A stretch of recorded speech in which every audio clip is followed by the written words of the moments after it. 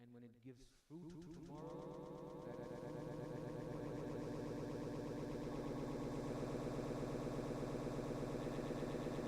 one around it. And that marad, that illness, that problem is the problem of hasad, jealousy. Many ikhtilafat, many issues, many a very fundamental issue of hasad. Hasad is translated into English as jealousy and did not start when people came to this earth. It started even before men were created. As soon as Allah subhanahu wa ta'ala announced that I will create this creation and He will be my Khalifa on this earth, the first person to object was خَلَقْتَهُ مِن تِينٍ وَخَلَقْتَنِي مِن نَارٍ. Why is he so special, this Adam of yours, when you have created me from fire while he is made from clay, dust, sand? This is hasad. I am fulan fulan. This is what shaitan said. I have been worshipping you for ages. Some riwayat will say 50,000 years shaitan has done ibadah of Allah subhanahu wa ta'ala, whereby he reached a maqam where he was with the angels. When Allah says, I've commanded the angels, it was an expectation from shaitan to do sujood because of his maqam and his station. His jins, his genre, the way he was, his physical appearance, his constitution was not of the nuri, malakuti, angelic type, but he was made of fire. But because of his ibadat and his proximity to Allah and all the sujood and all the dhikr he's done, he gained proximity till a point. And that breaking point, or they say what broke the camel's back, was this hasad that creeped within him, that seeped in his being, that he did not pay attention to, and it caused his downfall. Where do we see hasad after shaitan? In Habil and Qabil. Habil and Qabil, the children of Nabiullah Adam alayhi salatu salam. What do? People say, oh, there was external influence, for instance, political circumstances. There's not many people in the world at that time. It's Adam, Hawa, and these little children, young children. Who? Habil and Qabil. And Qabil kills his brother because of jealousy, because of hasad. And this hasad exists in each and every one of us, myself included. It exists. We decide the grade, or do we drive it up a notch, or do we bring it down a notch? We decide the level of hasad we have for each other or anybody else. And wallah al-azim, if you look at the riwayat, you will be astonished at how many sadat, the children of the Ahlul Bayt, the children of the Imams, worked against the Imam because of hasad. Imam al-Sadiq alayhi salatu salam, Allahumma salli ala Muhammad wa ali Muhammad. One of the major people who gave problems to him were his own family, his cousins. One of the people involved in the murder of Imam al-Kadhim was his cousin. Imam al-Askari alayhi salatu salam says, no Imam has been tested by his companions the way I've been tested by my companions. Because of hasad. Why do Banu Hashim have it? Why do we not have it? We'll come to that at a later stage. What is hasad? By definition, what is jealousy? There's two things. If you pick up ulum akhlaq, if you pick up ilm akhlaq, they talk about one thing is ghibta and one is jealousy. Ghibta is very simple, straightforward. Allah has blessed my brother with something. I say, Allah increase in this blessing. Allah give him more and give me something similar. So I pray for him and I say, Allah subhanahu wa ta'ala, you have a big treasure chest. If you give it to all of humanity, nothing will come away from you. Your treasure won't run out. Allah, whatever you bless my brother with, give me some of it. This is ghibta. Hasad is Allah, I don't want to see it with him. Remove it from him. I get it or I do not receive it, I don't care. He should not have it. This is hasad. Why does somebody have a certain blessing? Why is he so knowledgeable? Why does he look a certain way? Why does Allah bless him with so many houses? And Rasulullah sallallahu alayhi wa alihi, Allahumma salli ala Muhammad wa ali Muhammad. He says there's 3 kinds of someone who's a jealous person. I'd say, my brothers and those sisters listening, when the Imam or when the Quran or when the Ma'asum Rasulullah tells you there's 3 signs of a munafiq, there's 4 signs of a muttaqi, there's 5 signs of a liar, don't go around looking it in other people's actions. This is habit we have. Maulana Sahab, ye teenon cheezein iske andar maujood hain. He must be a munafiq. These are signs from me and myself, you and yourself. Do these things exist within me, yes or no? Gauge yourself. This is a barometer, a standard, a benchmark for each and every one of us. It has nothing to do with anybody else. Most of the problems in this world arise because we are more involved in other people's issues than we are with our own issues. If you were to reflect and sit down and look at your life, and you really want to improve yourself, you realize there's so much work I need to do. If you have nothing to do, start working on your physical self. Look your best at whatever age you are. You said, you know what, am I in my prime for my age? No? Start working on yourself. Busy yourself with this. Better you busy yourself with this jism and this badan and this dunya than you busy yourself with other people's affairs. Nothing is destructive or nothing destroys man the way meddling into other people's affairs and issues are. The 3 signs Rasulullah says, one thing, he said the first sign is he does a lot of ghibah. A hasid, someone who has hasad, a jealous person, will do ghibah. He'll sit down with you and he'll talk about somebody else. The reason I am sharing this tonight, first and foremost, this is a security check for myself. Once I've announced this, so when you see Maulana Sahab doing it, it's like, Maulana Sahab, you don't do this now, we know the 3 signs now. So alhamdulillah bil alameen, I share this with my brothers so they can watch over me because we watch each other. وَتَوَاسَوْا بِالْحَقِّ وَتَوَاسَوْا بِالصَّبْرِ. We watch each other. He backbites. If you have not experienced this, I will share with you my experience. You know, anybody who talks to you about someone else will talk to someone else about you. This is 100% guaranteed. Man naqala alayka wa man naqala anka naqala alayk. This is a hadith from the Imam. Whoever comes to you and says, person X has said this, you cannot trust him. Because as soon as you leave, he will talk about you to somebody else. This is in their nature. It's aib. Oh, aap to bahut achhe hain, you're very good.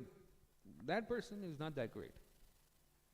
How can you trust someone who's like this with you, talking about a ghaib, talking about someone who's absent, someone who cannot defend himself? That is why the riwayah says, man ightab, whoever does ghibah, is like he's eating the flesh of his dead brother. What does that mean? He's eating the flesh of someone who cannot defend himself. Allah give each and every one. I see many people here who've done the practice. When you have time where you're available, sometimes there's notices coming out on the app or on the Facebook page that there's a janaza or a mayyit in the ghusl khana here, ghusl happening. Just sign up. Say, you know what, I want to be present and I want to help for ghusl. Call the ghusl committee. Tell them when there's a janaza next time, I just want to be present in the room. And see how a janaza is in front of you. Be present in the room where there's a janaza you're giving ghusl to. This person who used to take care of himself right now is not able to move left or right. He's not able to turn around. And he is at the mercy of the brothers around him.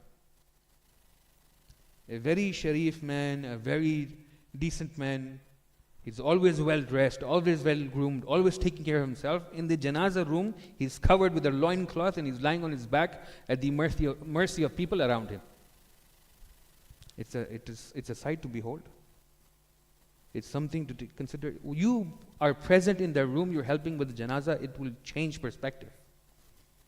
Tomorrow we here on this table, at the mercy of the brothers around us. Be careful of the brothers you choose to be around you. Or at least have brothers, when they find out that Fulan person has passed away, they show up and they know how to respect you when you're living, and they know how to respect you after you're gone. Otherwise you're stuck. And this is why tarbiyah of awlad, Allah, again I say, bless your parents. Even if your children are young, you've come here on Thursday night, you've come here to be in the masjid, you've come here to be with the dhikr of Muhammad and al-Muhammad alayhi salatu salam, it will have an effect. It will have an effect. Passively listening will have an effect. Not so long ago, somebody, one of the ulama was talking about, they went to someone's house and they handed him a small pot, and they said, Maulana, when you go to Pakistan, take this with you. It's like, what is this? Like, these are the ashes of her mother. Shia family. Ashes of the mother. Why? Because, alhamdulillah, Maulana, the kids are in private school. It's like, what have you prepared for the akhirah? Kids are in the private school, yes. Many cases, because unfortunately, like I said, this is, it's my job. I have to speak to other ulama, find out what's happening at other places. They say, Sayyid, right now, they just get a phone call, Maulana, there's a janazah coming. I don't think I'll be able to make it. If you can just bury it and tell me where the qabr is. The father's qabr, janazah, and the son says, I don't have time. I'll come down in a month or 2 months.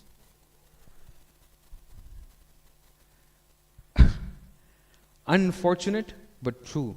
And this is not extreme example. Unfortunately becoming the norm.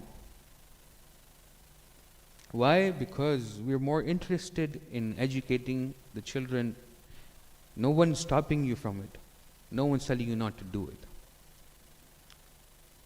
But my question is this, and my ustad, Allah give him a long life, Sayyid Abu Talib Tabatabai, he uses that example, a very beautiful example. He says, imagine you purchase a ticket, line ticket, for a first class, and your journey is 6 or 7 hours.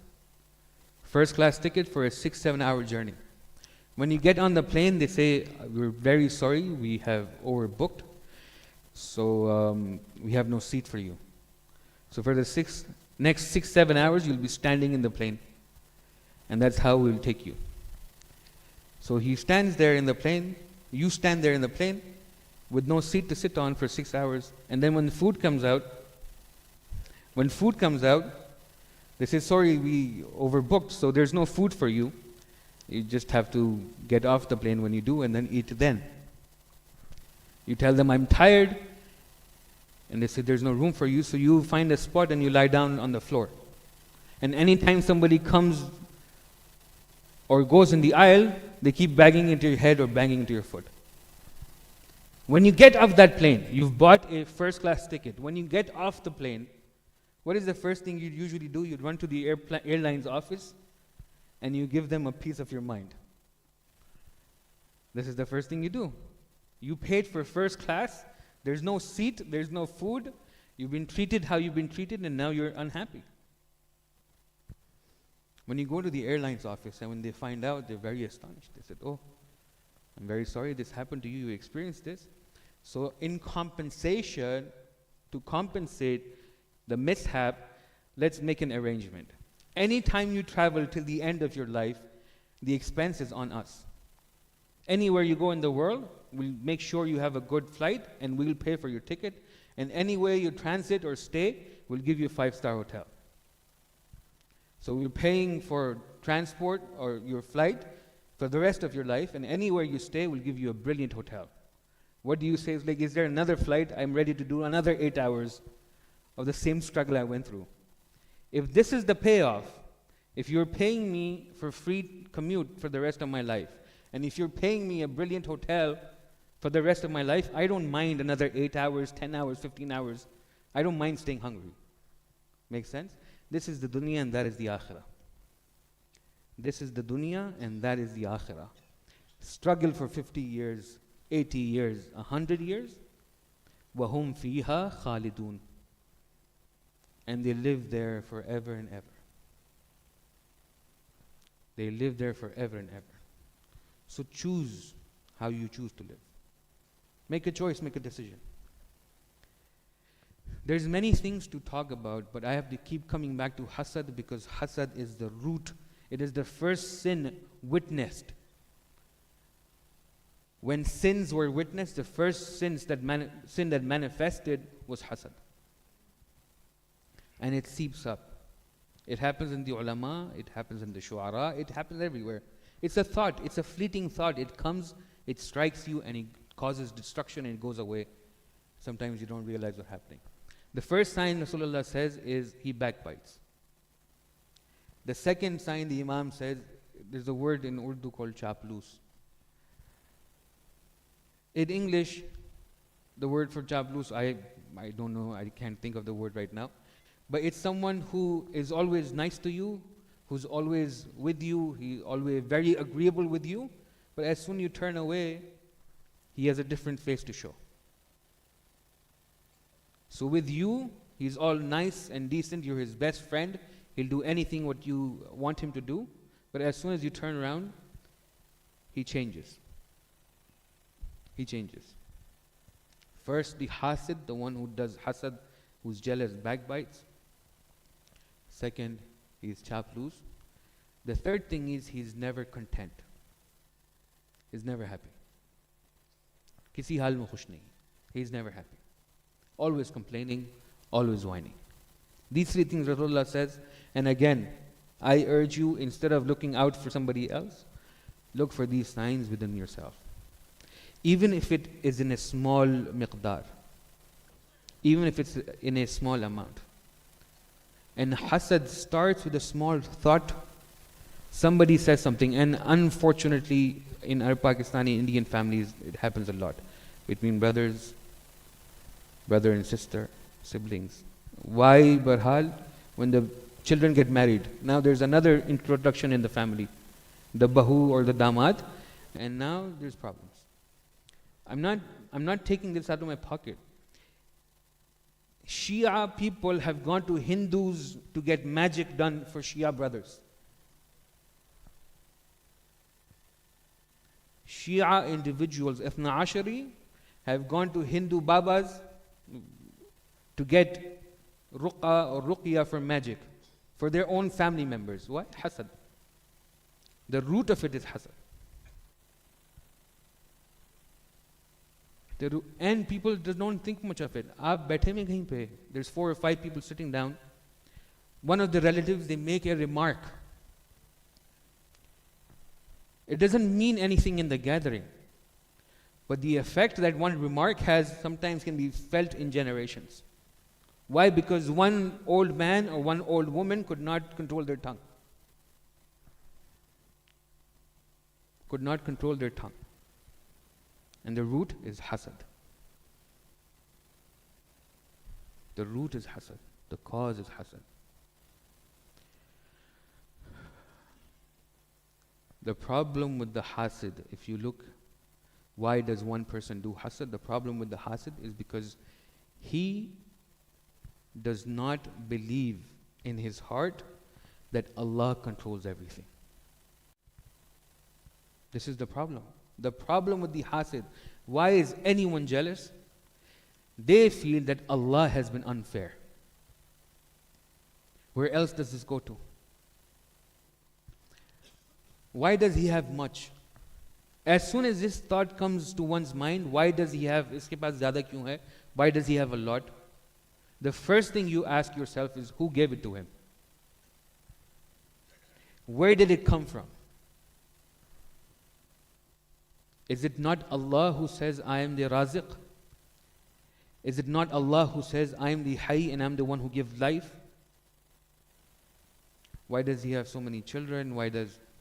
It's very petty if you sit down. It is very petty if you sit down. And the reason I share this with you is my brothers in faith, my brothers who are the lovers of Imam Ali alayhi salatu salam, Allah protect each and every one of us from this very hidden, very latent adhab and very latent, very hidden characteristic. If you find yourself, revise and revisit your tawheed. If Allah gives someone 1,000,000 and He gives you one, it is still fair and it is just. And if Allah gives somebody 15 and He gives you none, it is still fair, it is just. Unless you exist outside the paradigm of Allah. But that is not possible. لا يمكن الفرار من حكومته. You cannot exist, you cannot exit the paradigm of Allah subhanahu wa ta'ala. Allah is very manifest. Allah is very manifest. One of the books, in the Qasas, one of these, please read Salawat Muhammad wa Ali Muhammad. Allahumma salli ala Muhammad. When they narrate the story of Nabi Musa alayhi salatu wasalam, in one of those stories they say, Nabi Musa, one of the companions were witnessing the scene. They saw at an oasis in the desert, there's an old man, and that old man, he has in his pocket, he has a small pouch. In that pouch is some gold. So this old man is walking, he's very frail, he's very tired, and he sits on a rock or against a tree and he's drinking water. All of a sudden, a young horseman comes, and the horseman gets off his horse and he slices this man's head off. The horseman cuts this man's head off and kills him, gets on his horse and runs away. Just then a little child is there, a young boy is there. He goes there, he notices a dead body, and then he notices a pouch. In that pouch are gold coins. The young child picks up the gold coins and he goes away. So now Nabi Musa or the companion, they're perplexed. He says, Allah, what kind of justice is this? There's an old man killed in the middle of the desert. Nobody knows who will avenge him. Allah responds to Nabi Musa. He says, this was justice. He says, how is it justice? It's like this old man when he was young. When he was young, he killed this boy's father who took the coins back from him. And that was qisas, because he had also killed another person who came back to kill him. Sometimes we don't know the full story. Sometimes we look at something, we don't know the pretext or the context of it, what comes before and after. And we judge based on that. But Allah exists beyond that. He sees the before and the very much after. What we may feel to be unjust sometimes is very much Allah's justice at play. We don't realize it. Pick up human history, pick up Islamic history, pick up any history. Except for the Ma'asumeen alayhimus salatu wassalam. Except for the Ma'asumeen alayhi salatu wassalam and the Anbiya who had hukuma. Any madhloom who gained power became the zalim. Any madhloom, anyone who's oppressed, as soon as he became powerful, he started oppressing. This is human history. Because power corrupts, and absolute power corrupts absolutely. Unless you have an inaya khasa from a ma'soom. Unless a ma'soom is praying for you. But this is human nature. So better be the oppressed than become the oppressor. Better be with the oppressed than become the oppressor. Better I die knowing that somebody has taken something from me than die knowing that I've taken something from someone. It's an easier death. It's an easier death. Last thing I'll say about hasad, in Banu Abbas's time, Mutawakkil la'anatullah alayhi was the Khalifa. A man had hasad, and this is narrated many, many times in this chapter. A man was jealous of his neighbor. A man was jealous of his neighbor, and this jealousy disturbed him and troubled him, to a point where he tells his ghulam, he tells his slave, the person, his khadim who works for him, He says, I'm bothered by this person. This individual, he bothers me. He disturbs me. He says, what does he do to you? It's like he says nothing. Why is he always happy? Why is he always happy? Why does he have nothing to complain about? He says, what do you want me to do? Should I kill him? He says, no, if you kill him, then he won't suffer. I need to do something worse. This is in history. Mutawakkil's time, the name of this person is mentioned in Tariq. He says, I want to do something worse so he suffers. It's like, what do you do? He says, kill me and put my body in his house so he gets arrested. He tells his ghulam, he tells his servant, he says, kill me, dismember me, and put my body in this person's house so the police arrest him. And then I will be at peace. The extent of hasad. So the ghulam does exactly that. In the middle of the night, the ghulam, the servant, and this individual, they hop over the person's wall, the neighbor's house. They go on his roof. He says, okay, Allah, I'm ready. Kill me now. And don't forget, dismember me and put my parts everywhere. So they kill him and dismember him, and he puts his part everywhere. In the morning, when there's noise, it's like this person is missing. They find out his body is in the neighbor's. So the police or the shurta at that time, they arrest the ghulam, the servant, and they arrest the neighbor as well, because the body was found on your roof. So when they inquired, the ghulam says, okay, since my owner is dead, I have no loyalty to anyone right now. I'll tell you exactly what happened. This is what happened. He was jealous of this person, and he asked me to do this, and I killed him. So Mutawakkil looks at him, he says, I've never heard of anything like this before. To this extent, I've not heard anything. He frees him eventually. The man is freed, but hasad.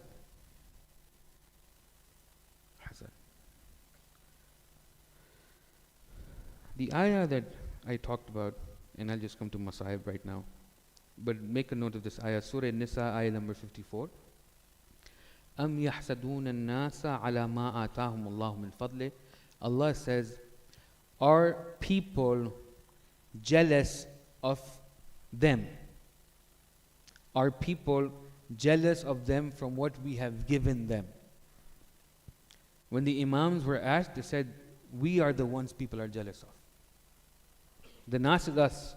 People are jealous of us. It disturbs them. You know how Adam was disturbing Shaitan? Shaitan was troubled by Adam. The silsila continues. Namrud was disturbed and troubled by Ibrahim. Fir'aun was troubled and disturbed by Musa. Fir'aun couldn't understand, he couldn't operate. And he came down, Abu Lahab, Abu Jahl, till Muawiyah and Banu Umayyah la'natullah alayhim. Problem, hasad. Simple problem, hasad. If you sit down, I don't want to simplify it, obviously there's politics, but if you were to study human nature, hasad. All the children in Medina, their mothers make clothes for them. Their father buys clothes for them. But Hassan and Hussein, their clothes come from Jinnah. Hasad. People have a problem with this. Why are all the doors to the masjid closed except for one door? They have hasad. Because they feel this is Muhammad choosing who he wants after him. This is Allah choosing who he wants after Rasulullah sallallahu alaihi wasallam. Anyone who has hasad does not have a problem with the shakhs, he has a problem with Allah. His problem is with divine justice. Anyone who opposed any prophet, his problem was with Allah. The Yahud in that time, the people when they came together in Medina, the problem was this. He's like, why is there a Rasul from Banu Hashim? The prophet was supposed to be from Bani Israel. We don't accept it. Allahu ya'lamu haythu yaj'alu risalati. Allah will choose his wali. You like it or you don't like it. It's a choice for Allah subhanahu wa ta'ala. And we're talking about this today again. I just mentioned it in passing. Ashab al-Kahf. Ashab al-Kahf, you've heard of the people of the cave who by i'jaz of Allah, the Quran talks about them. They're people resting in the cave, sleeping in the cave. They will come out when the sahib comes out, when his dhuhr happens, Ajjallahu ta'ala farajahu sharif. These people in that side of the earth, in Europe, Rome side, wealthy individuals, people who had influence, young people who had power and authority, they chose to leave society for the sake of Allah subhanahu wa ta'ala. And Allah chose to guide them to safety. Was it possible for Allah subhanahu wa ta'ala to send an angel to guide them? It's not impossible. You have 5 or 6 individuals who are running away from society. An angel comes, holds them by the hand, takes them to safety.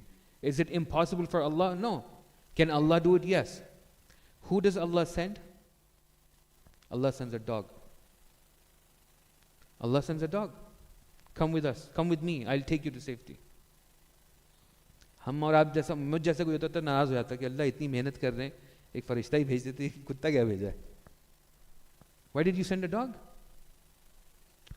The problem is, and they understood this, we might not understand this. It's not who's coming to us, it's who's sending it to us.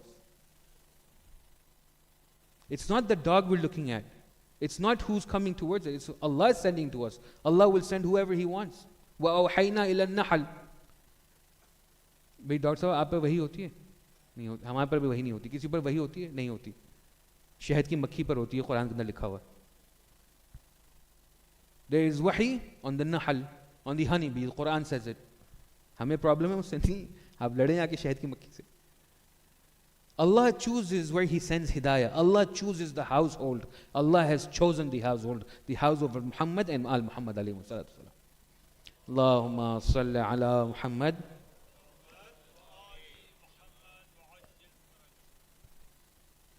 Allah has chosen this household, and people have a problem with this. And you look back, it's hasad. Rasulullah would sit in his house, and one of his wives would be with Rasulullah. As soon as Imam Ali would come, Rasulullah would say, move away, let Ali sit. Now she had a problem with this. Why Ali? Why not my father? Why Ali? Why not somebody else? Why do you love that woman so much? Your wife, Khadija. This is what she used to say. Why do you love Khadija so much when Allah has given you someone more beautiful than her? These are words. And he said, what is this? Hasad. This is shaitan speaking. This is shaitan speaking. Hasad. And this will become flames to the fire, that one day that fire starts at the door of Az-Zahra, it reaches the camps of Karbala. Hasad. Why Banu Hashim? Why does Rasulullah only have Hassan and Hussein alayhi salatu? Why does He love them so much? Because Allah told Him to. Allah has chosen this. This is Allah's choice. The hasid has a problem with Allah's choice. He has an issue with Allah's choice. So my brothers and those sisters listening, before we are fixed because of terrible circumstances, let's revisit ourselves and see within ourselves, do we have this problem? And one of the best solutions to start from is to make dua to Allah subhanahu wa ta'ala. Allah, remove from within myself this hasad. Make me content with what you have given me. Make me content with what you have given me. If I come and complain to you, Dr. Sahib, I keep coming and complain to you, ye ho raha hai, ye ho raha hai, ye ho raha hai, ye ho raha hai. One day if Allah tells me, He says, am I the raziq or this person the raziq? Am I the one giving you life and sustenance, or is this person your Rabb? You say, Allah, you're my Rabb. Then why do you go to this person and that person and complain against me? When you complain against Allah. He says, what door have I not opened for you? Is the door of dua not open for you? Have I not told you, ud'uni astajib lakum? Then be patient. We're impatient. We're impatient. This hasad. And we've heard this in Karbala, when Imam Hussein alayhi salatu wasalam comes up and he says, what is my sin? What is my sin? What have I done? He says, you're the son of Ali. We're the son of Ali ibn Abi Talib. This is the problem. This is the problem. We have no problem with you. It's just that they couldn't digest the person of Ali ibn Abi Talib. It was very difficult for them to accept Ali ibn Abi Talib. To a point where we witness on the battlefield of Karbala, Imam al-Hussein ﷺ walking out of the camp, and he has a little baby in his hand. You know, I used to think sometimes, and I asked one of the teachers, he says, it is unprecedented that somebody would walk out onto the battlefield with holding a baby in their hand, and the baby will be shot or be injured and be killed. We've not heard of this before. That somebody, what is Hussein doing? Hussein is defending Islam, Imama, Iman. And he comes out onto the battlefield and he has a baby in his hand, and the baby is injured. I asked one of the teachers, I said, where is this from? So my teacher says, like, where do you think Ali Asghar learned this from? Like, I don't know. He says, look at Muhsin. Look at Muhsin. He says, Muhsin was before Ali Asghar in this regard. Muhsin, the son of Az-Zahra salamullah alayha, was the first one in this regard. The first shaheed, the first child shaheed of wilaya is Muhsin ibn Ali ibn Abi Talib alayhi salatu wasalam. He says, where else would you see this? What household would you see this? Fire in Shami Ghariba, fire at the door of Az-Zahra. A child being sacrificed like this at the house of Zahra. Karbala is macro. Karbala is manifest of what happened in that one night in Medina. Anything you can think of that happens in Karbala took from that one night. Bodies being trampled under the feet, Medina.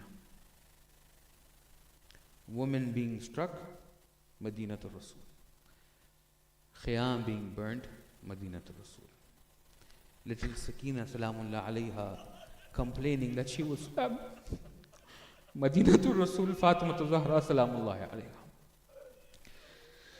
ألا لعنة الله على قوم ظالمين سيعلم الذين ظلموا أي منقلب ينقلبون إنا لله وإنا إليه راجعون رضا بقضائه وتسليما لأمره. بسم الله الرحمن الرحيم. اللهم كن لوليك الحجة ابن الحسن صلواتك عليه وعلى آبائه في هذه الساعة وفي كل ساعة وليا وحافظا وقائدا وناصرا ودليلا وعينا حتى تسكنه أرضك طوعا وتمتعه فيها طويلا برحمتك يا أرحم الراحمين. اللهم صل على محمد وآل محمد.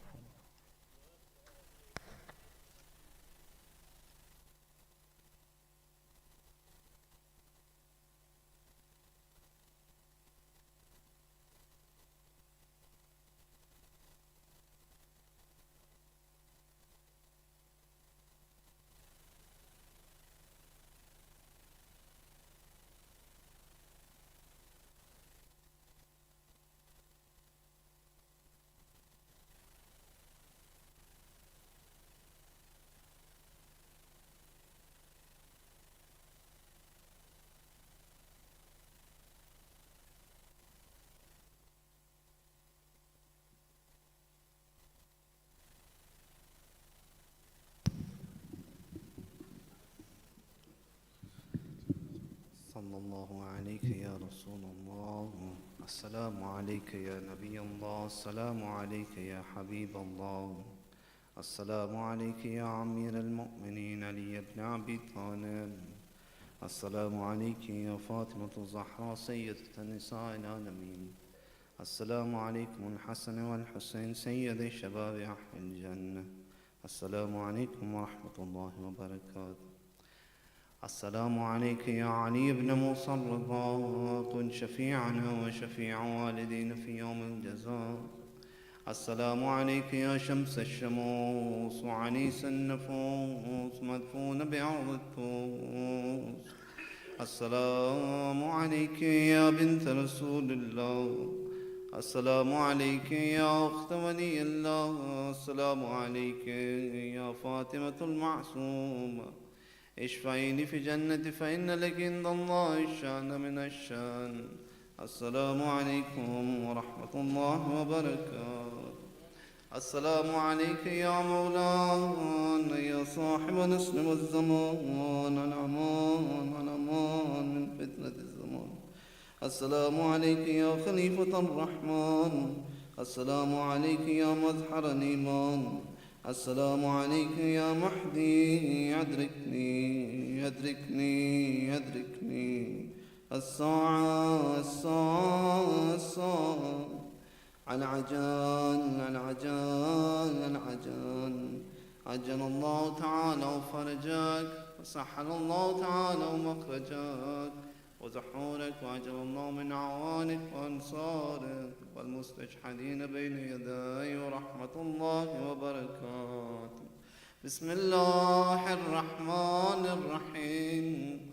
اللهم كن لوليك الحجة ابن الحسن صلواتك عليه وعلى آبائه في هذه الساعة وفي كل ساعة وليا وحافظا وقاعدا وناصرا ودليلا وعينا حتى تسكنه عرضك طوعا وتمتعه فيها طويلا برحمتك يا أرحم الراحمين.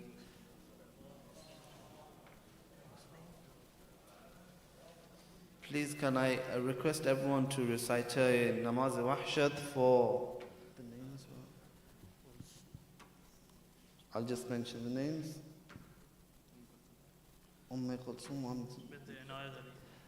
Kulsum bint Inayat Ali. Kulsum Akhtar bint Inayat Ali. If everyone can recite in Namaz Wahshat for her first night of burial, because as we know it is the first night and the hardest night is this first night for everybody that goes into the grave. Please recite aloud salawat ala Muhammad wa ala Muhammad. Okay. بسم الله الرحمن الرحيم. زيارة الوارث. السلام عليك يا وارث عدم صفة الله. السلام عليك يا وارث نوح النبي الله. السلام عليك يا وارث إبراهيم خليل الله. السلام عليك يا وارث موسى كليم الله. السلام عليك يا وارث عيسى روح الله. السلام عليك يا وارث محمد حبيب الله. السلام عليك يا وارث أمير المؤمنين عليه السلام. السلام عليك يا ابن محمد المصطفى. السلام عليك يا ابن علي المرتضى. السلام عليك يا ابن فاطمة الزهراء. السلام عليك يا ابن خديجة الكبرى. السلام عليك يا ثار الله وابن ثاره والوتر الموتور. أشهد أنك قد قمت الصلاة وآتيت الزكاة وأمرت بالمعروف ونهيت عن المنكر وطعت الله ورسوله حتى أتاك اليقين. فلعن الله أمة قتلتك، ولعن الله أمة ظلمتك، ولعن الله أمة سمعت بذلك فرضيت به. يا مولاي يا أبا عبد الله، أشهد أنك كنت نورا في الأصلاب الشامخة والأرحام المطهرة، لم تنجسك الجاهلية بأنجاسها ولم تلبسك من مظلمات ثيابها.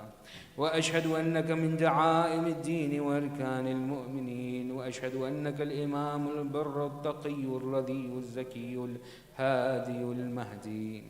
وأشهد أن الأئمة من ولدك كلمة التقوى وأعلام الهدى والعروة الوثقى والحجة على أهل الدنيا. وأشهد الله وملائكته وأنبياءه ورسله أني بكم مؤمن وبيا بكم موقن بشرائع ديني وخواتيم عملي، وقلبي لقلبكم سلم وأمري لأمركم متبع، صلوات الله عليكم وعلى أرواحكم وعلى أجسادكم وعلى أجسامكم وعلى شاهدكم وعلى غائبكم وعلى ظاهركم وعلى باطنكم. السلام عليكم يا شهداء كربلاء جميعا، بالخصوص أبو الفضل العباس ورحمة الله وبركاته. صلوات الله